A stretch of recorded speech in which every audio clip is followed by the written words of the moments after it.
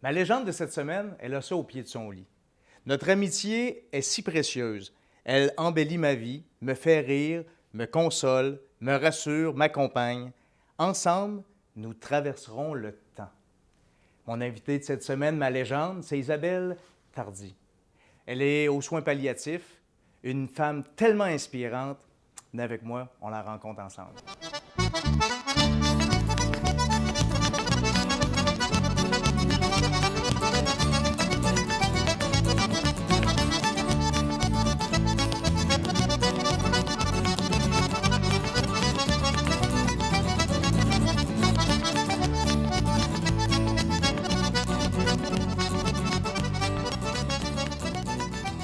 Donc, bonjour Isabelle. Salut.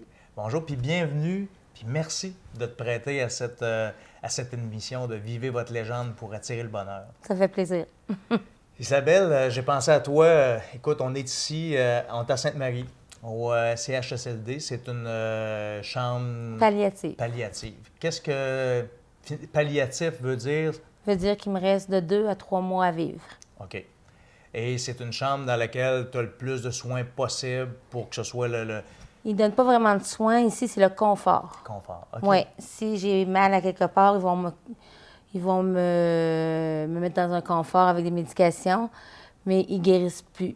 OK. Ils guérissent plus. Tu sais, si je deviens déshydratée, ils ne me donneront pas de soluté, eux, comparativement à l'hôpital.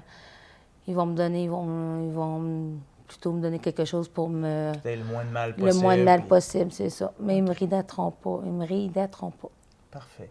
Ça veut dire que si on est rendu ici, c'est parce que tu combats un cancer et Plusieurs. plusieurs cancers. Et Oui. justement, c'est un peu pour ça aussi que je suis venu te voir aujourd'hui. Parce que durant ta vie, ta jeune vie, parce que tu as une quarantaine d'années? 44 ans. 44 ans.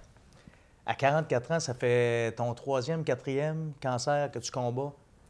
Là, je suis rendue généralisée, fait que je les compte plus, là, mais j'ai combattu 3 cancers en gros. 3 cancers Ouais. au fil. Et quand est-ce est arrivé le premier dans ta vie? Le premier dans ma vie est arrivé, j'avais 16 ans. J'avais mal aux intestins, j'avais mal au ventre. J'allais aux toilettes, c'était beaucoup, je saignais beaucoup. Fait que je me suis rendue à l'hôpital, puis là, ils ont vu que je faisais une colite ulcéreuse. Une colite ulcéreuse, ça se trouve être comme la maladie de Crohn. C'est des ulcères au côlon, OK. OK, au gros intestin. Puis, ils guérissaient pas. Fait qu'en guérissant pas, la colite a viré en cancer d'intestin. Il a fallu qu'ils enlèvent tout le côlon, tout l'intestin. Ça a été mon premier cancer. Puis j'ai eu un sac, une iléostomie qu'on appelle. Ça a été difficile à passer parce qu'à 16 ans, 17 ans, avoir un sac où ce que les déchets vont, les selles, tout, c'était très, très dur à passer. Mais ça a été mon premier défi à dire, regarde, ça m'arrive, il faut que je passe au travers.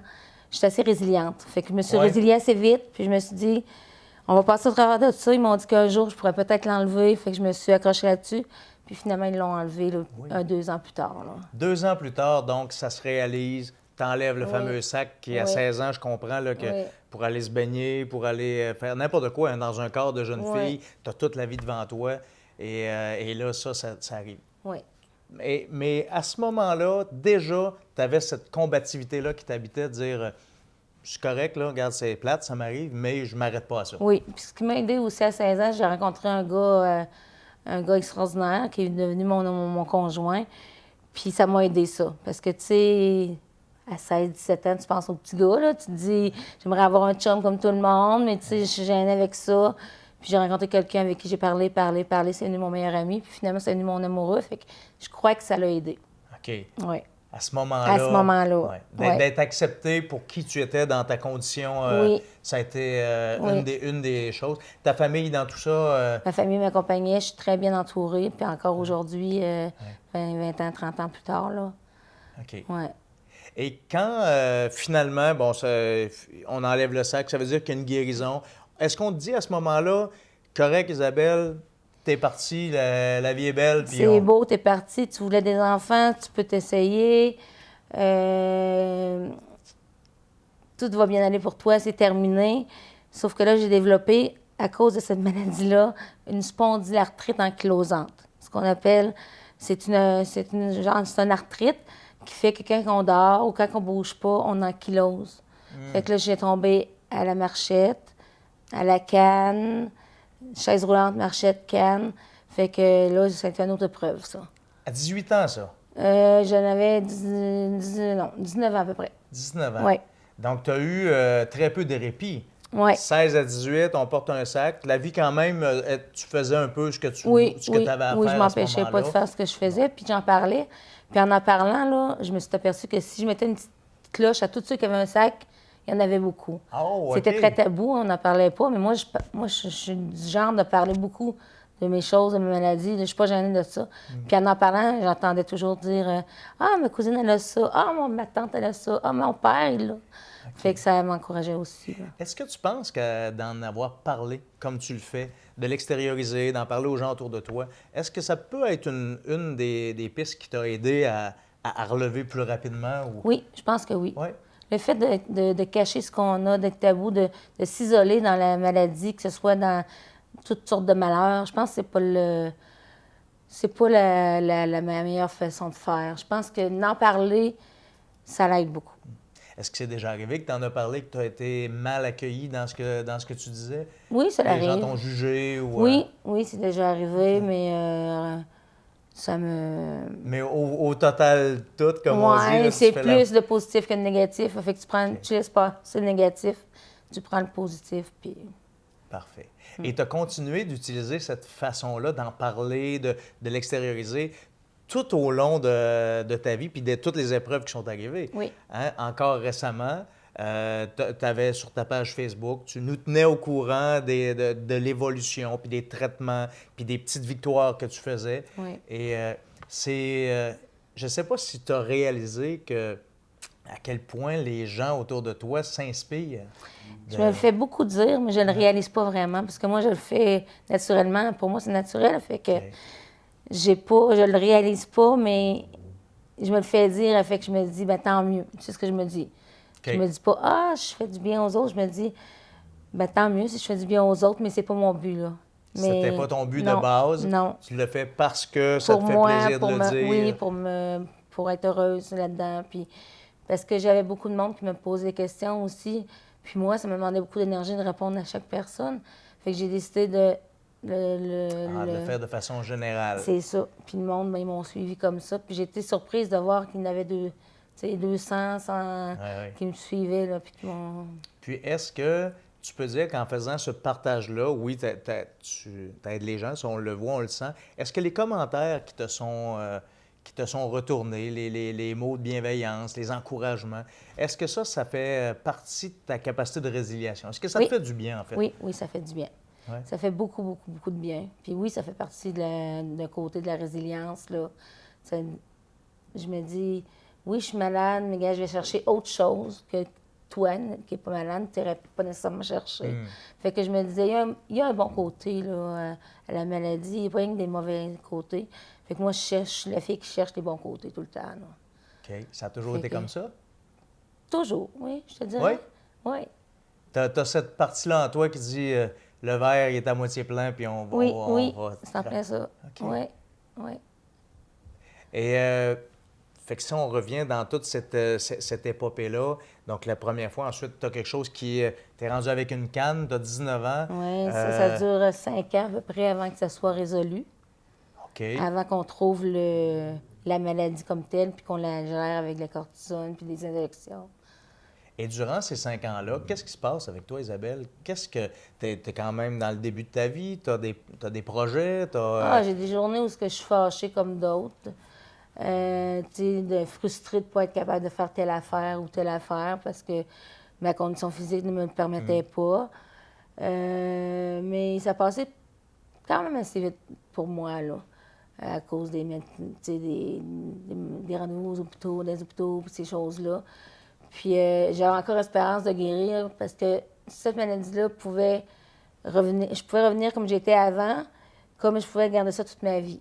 OK. Puis là, je me suis dit, il y a une chance que je revienne comme avant, je vais revenir comme avant. Fait que je faisais les exercices qu'ils me disaient de faire, j'ai fait mes devoirs, comme on dit, puis je suis revenue. Fait que tu as focusé sur la possibilité que ça puisse redevenir Oui, possible et que tu oui, puisses puis bouger. qu'il puisse avoir des médicaments pour moi là, Hmm. qui font que je me remarche, là, puis ça a marché. Donc, psychologiquement, tu t'es auto-entraîné à dire, OK, ça se peut, ça se peut. Et physiquement aussi, tu as mis les efforts qu'il fallait Oui, oui, oui, oui. pour y arriver. Puis ça pouvait représenter quoi comme effort? Des exercices tous les jours? Oui, oui. Des exercices là, physiques, là, OK. tu sais, bouger les jambes. Tout simple, là, parce que je ne pouvais pas faire Hmm. grand-chose. Mais marcher avec ma canne, souvent, je ne la prenais pas. Je me disais, ah, je suis capable. J'ai quelqu'un avec moi qui va me donner la main. Puis c'est aller tout le temps un peu plus haut là, que ce qu'il me Tu as demandait. Là. repoussé les limites toujours un petit peu. Oui, Toujours un petit oui, peu. oui. OK. Ça, c'est moi. C'est toi, ça. Est-ce Ouais. que c'est un trait de famille ou c'est un trait d'Isabelle Ah, c'est un trait de famille. La aussi? détermination chez nous là, est Oui. forte. Ma mère, OK. mon père, ils l'ont tous les deux, mes frères aussi. OK. Fait que Tu as hérité de je ça, pense que puis j'ai hérité de ça. tu t'en es bien, Ouais. bien servi. Ouais. Et finalement, miracle, 5 ans plus tard, tu dis, ça revient. J'ai les médications qui font que je marche. Je pourrais pas courir, là, mais je marche, puis ça va bien. Puis assez que j'ai été aux études comme éducatrice. On sait tout le monde que c'est physique, éducatrice avec les enfants de 0 à 5 ans. Puis ça a bien été, là. Donc, tu l'as fait. J'ai fait ça T'as 20 ans de temps, puis... Tu as fait tes études, puis par la suite, tu as travaillé vraiment. Oui, Tu as travaillé dans un CPE ou en tout CPE, cas c'est ça. avec les petits bouts de Avec choux, 0-5 ans. oui. Ça bouge, ça. Oui, ça bouge. Ça bouge. Et là, à quel moment tu as l'information comme de quoi, finalement, des enfants, tu pourrais pas en avoir? Ça n'a pas été long. J'avais 24 ans. Et je sais plus, là. Tout de suite, au début, moi, j'essayais d'avoir des enfants, même quand je marchais plus. Oui. Puis ça a été vite à cause que je m'étais fait opérer pour faire enlever mon gros intestin. Il y avait trop d'adhérence. Fait que j'ai fait in vitro 2 fois. J'ai pris de la médication, des hormones, toutes sortes de choses. J'ai essayé plein de choses. Ça n'a pas marché. Alors là, j'ai eu un autre deuil à faire. Un deuil des enfants qui est très... Lui, c'était le plus dur. Oui. Oui, c'était plus dur que le deuil de moi qui va mourir dans 2 mois, là. Ça a été très difficile. Ça a été long. J'avoue que là, j'étais un petit peu moins positive. OK. Parce que c'était le rêve de ma vie. Tu sais, je travaille avec les enfants, puis j'aime ça. Fait que... Mais finalement, ben, je me suis dit, gars, je peux pas avoir d'enfants, je vais me marier. Fait qu'on s'est mariés, puis on a eu un gros mariage, un beau mariage. Ouais. Puis on dirait que ça a mis un baume sur tout ça. J'ai passé à une autre étape. Puis je me suis dit, ben coudonc, j'aurai pas d'enfant, qu'est-ce que tu veux? Ouais. Mais ça a été très dur. Je vais t'avouer que ça n'a pas été facile de faire le deuil de ne pas avoir d'enfant. C'est quelque chose que tu n'as pas de contrôle non plus. Puis Non, là, c'est tu ça. subissais encore une fois C'est ça. un destin qui est, C'est ça. hein, qui est pas le fun, puis Non. qui n'était pas avec tes objectifs de Non, vie. ça, c'est sauf sûr. que je connais beaucoup de filles qui étaient comme dans mon cas, que souvent leur belle-sœur sont tombées enceintes, ça les fâchait, Moi, j'ai tout le temps été heureuse de voir le monde autour de moi en avoir parce que je me dis, ça va me faire un peu plus à m'occuper, ou tu sais. OK. Mais je comprends celles ou ceux Qui peuvent se qui choquer peuvent de être ça parce choqués, que ou toi, ben c'est venu non, te chercher. Oui, tu sais, pas se choquer, mais ouais, être déçu du bonheur de l'autre, là, tu sais. Moi, ça, je l'ai pas. Ça, OK. j'ai toujours été heureuse de... T'as accepté, bon, des fois avec un peu de colère, de frustration, tout ça, de ta condition, mais Oui. le bonheur des gens autour de toi n'a pas été altéré. Non, Pour toi, jamais. c'était important que ces gens-là puissent... Oui, oui. Il y en a qui disent, excuse-moi, je suis là, puis je suis enceinte. J'étais là, ben, vis ton bonheur, là. Ouais. C'est le tien, là, tu sais. C'est correct. Fait que c'est comme ça que je l'ai... Donc, toute ta vie, tu as quand même, durant 20 ans... J'ai- Ben oui, ben oui. Vas-y. Fait que durant 20 ans, tu travailles avec les enfants et là, tu as, un bout où tout est correct. Oui, j'ai eu un bon bout où tout était correct jusqu'à temps que je me sente très, très, très fatiguée physiquement et mentalement. Fait que là, en tout cas, à force de faire des tests partout, sauf le sein, ils m'ont dit en dépression atypique physique. Fait que je prenais des antidépresseurs, tout ça, mais ça ne fonctionnait pas pour moi. Puis jusqu'à ce que En tout cas, c'est drôle à dire, mais je fais un rêve. Puis dans mon rêve, je me fais dire par mon père, mais là, tu sais, je me dis, c'est mon subconscient qui m'a sûrement parlé, puis déguisé à mon père. Et il me disait que j'avais un cancer du sein. Fait que, en gros, là, je te expliquerai pas tout mon rêve, mais je me suis réveillée, puis j'ai dit à mon conjoint de l'époque, j'ai dit, je voudrais, touche-moi là, moi je touche à rien, je vois pas de bosse, mais j'ai fait un drôle de rêve, puis là, je lui ai expliqué mon rêve. Il dit, c'est pas, on va faire une mammo. Fait que là, j'ai été faire une mammographie. J'ai eu de la misère à l'avoir parce qu'il me disait trop jeune. J'avais 37 ans à ce moment-là. Puis, comme de fait, j'avais 2 cancers dans le même sang. Fait que là, il fallait l'enlever au complet. On n'avait pas le choix. C'est correct. Moi, ça me dérangeait pas. Mon chum non plus. Fait que on l'a enlevé. J'ai été stade 3, mais pas de métastase, supposément. Fait que j'ai fait de la radiothérapie longtemps. J'ai fait, je sais plus comment, 36...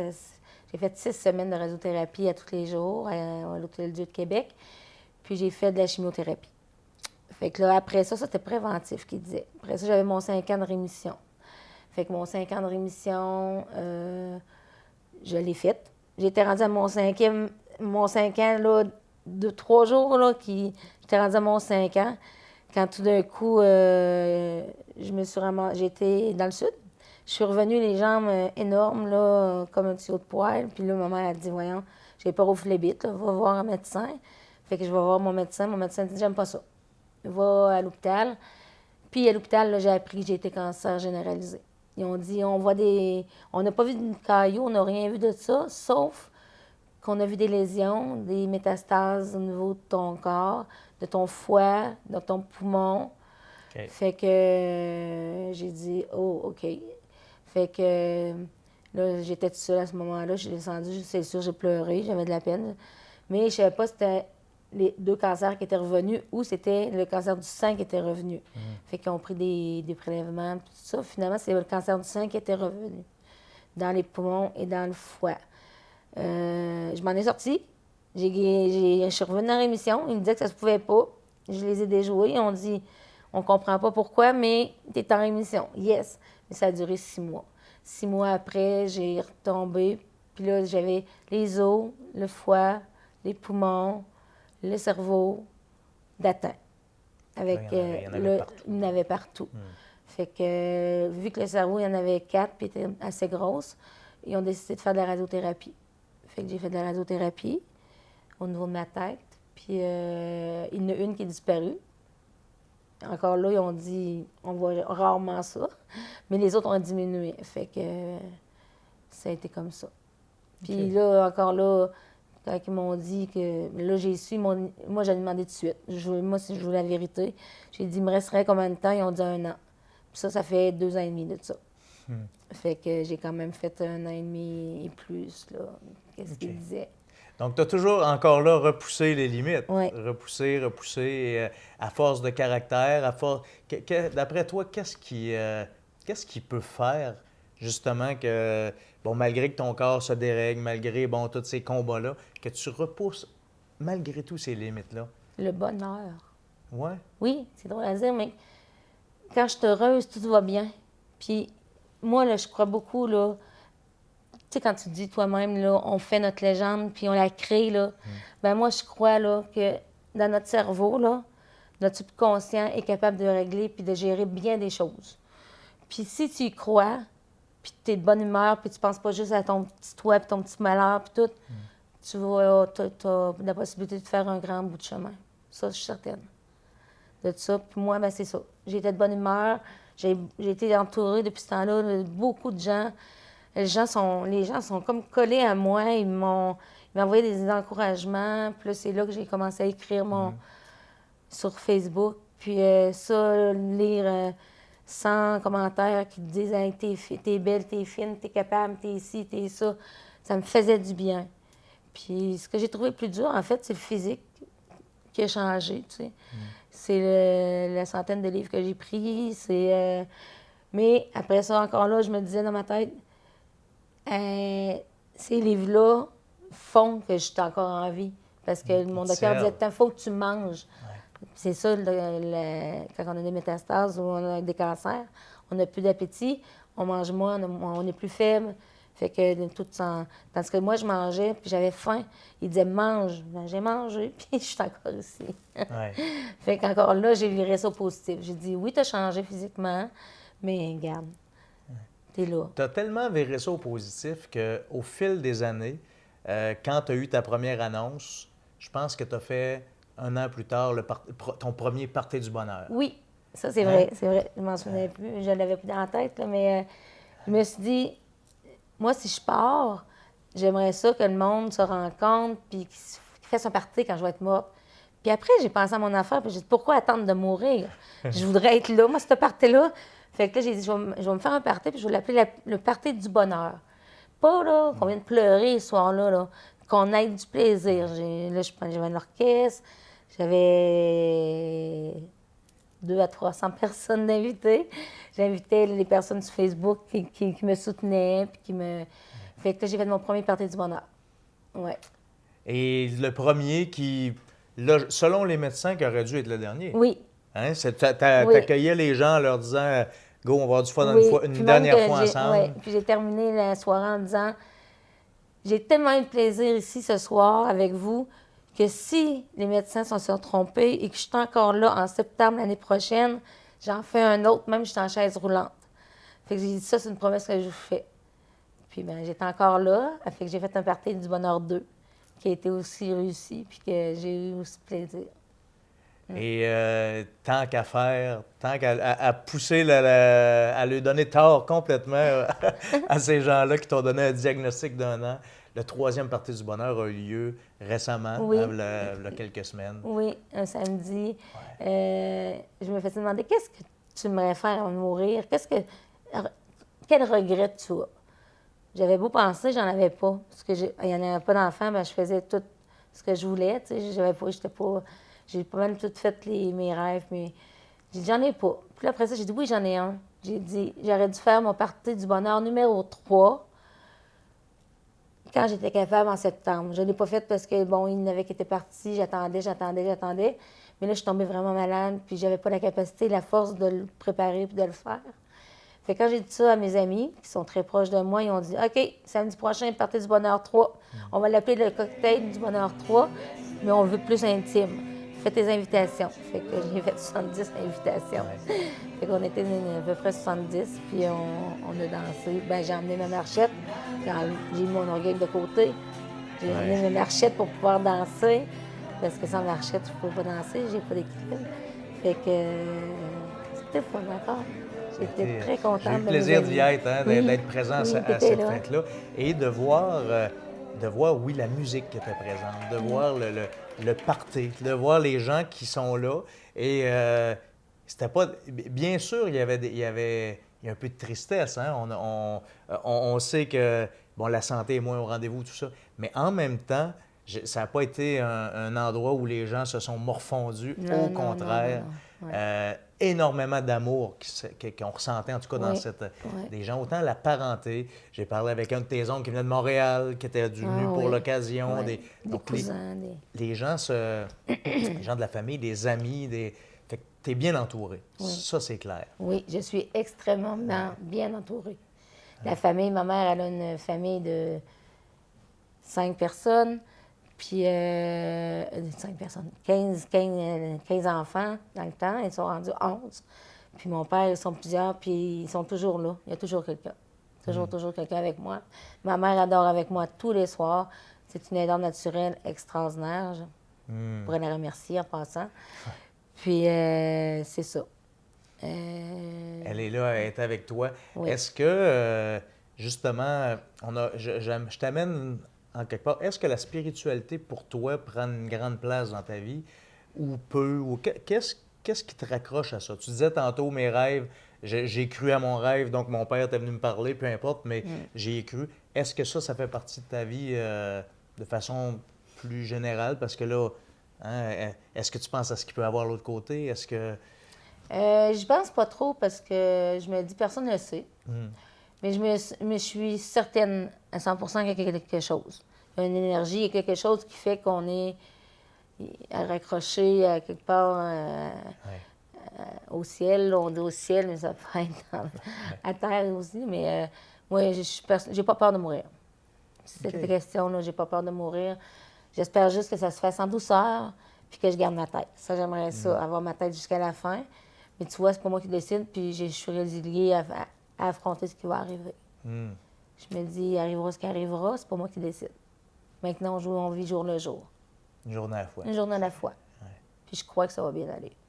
Oui. Oui. Tu restes positif. Oui. Je t'entendais même la semaine dernière garder espoir, dire ça va bien, je mange. Pour moi, ils vont m'oublier puis je vais repartir Oui, d'ici sur en les deux joke, pattes. tout Là. le temps, Hein? dans 2, 3 mois, ils vont dire, tu veux pas mourir, toi? Va-t'en. Va-t'en chez vous. Va-t'en chez vous. Ça ne surprendrait même pas. OK. Tu restes quand. Hein, on se laisse la place Oui, à ça. oui.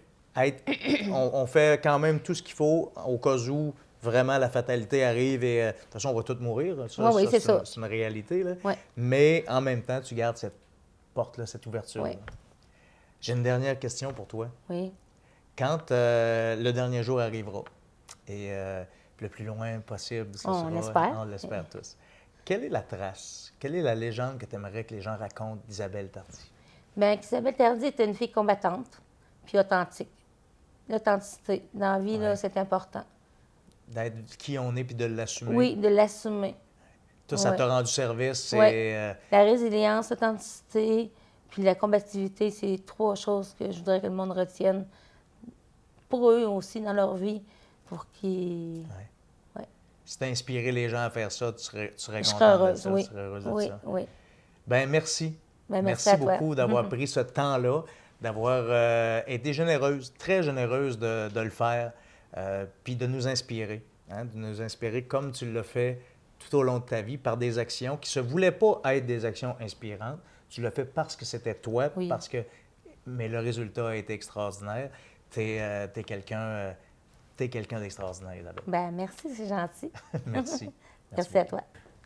Eh bien, on a bien compris que pour passer au travers, pour continuer d'attirer le bonheur, ben, d'être résilient, de s'entourer de personnes qu'on aime, de toujours voir le côté positif des choses et de pousser sa limite, ben, c'est là de belles façons de vivre sa légende pour attirer le bonheur. C'est ce qu'Isabelle nous dit et c'est ce que j'espère que vous aurez compris pour vous-même. Vivre votre propre légende et attirer le bonheur.